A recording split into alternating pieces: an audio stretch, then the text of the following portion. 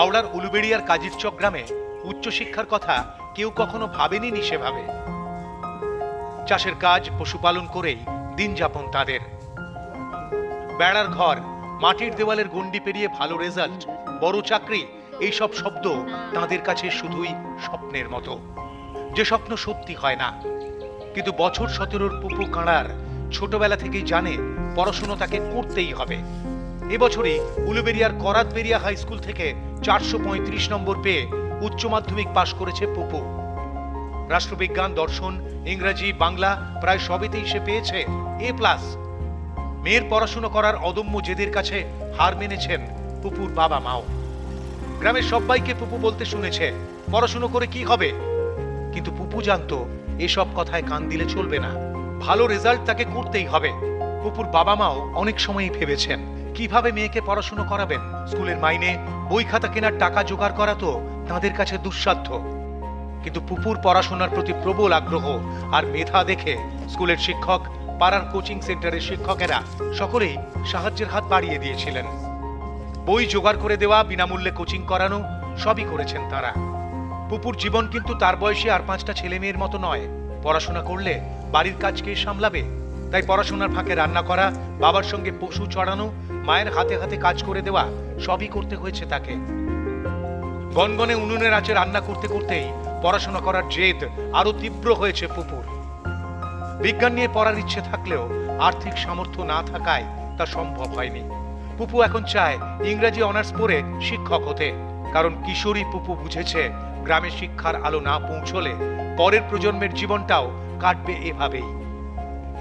আর্থিক সমস্যা, হাজার প্রতিকূলতার সঙ্গে লড়তে হয় প্রতিদিন, কিন্তু পুপুর মুখে হাসি লেগেই থাকে।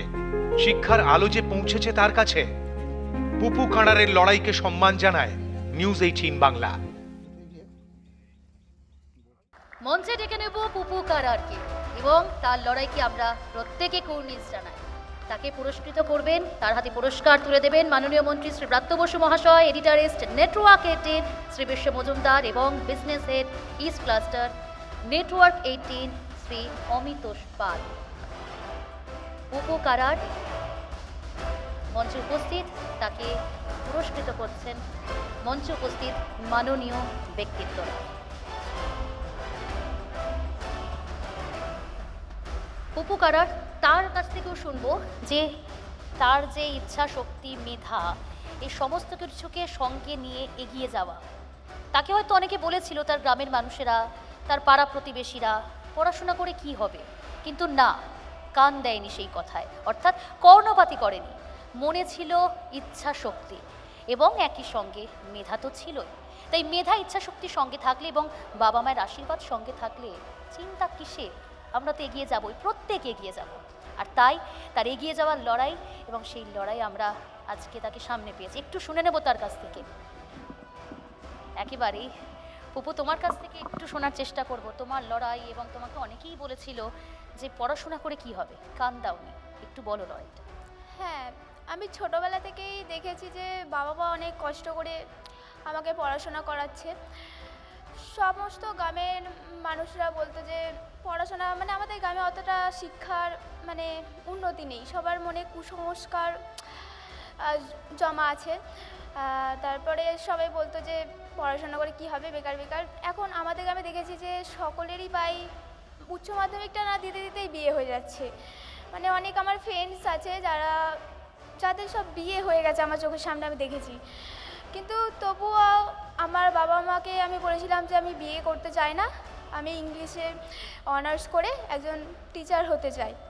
বাবা মা ভেবেছিল যে পারবে না, তারপরে বলল যে তুই যদি চাস পড়াশোনা করতে তাহলে তুই কর, যত কষ্টই হোক, আমি চেষ্টা করব যতদূর পারবো ততদূর পড়াতে।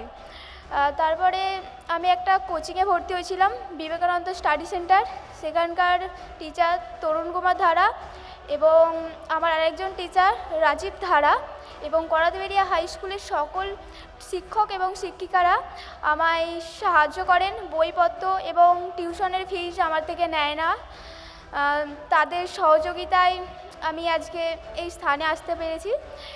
আর সকলেই মানে আমাকে প্রচুরভাবে সাহায্য করেছে এবং তারা বলেছে যদি আমি চাই তারা আবার আমাকে সাহায্য করবে।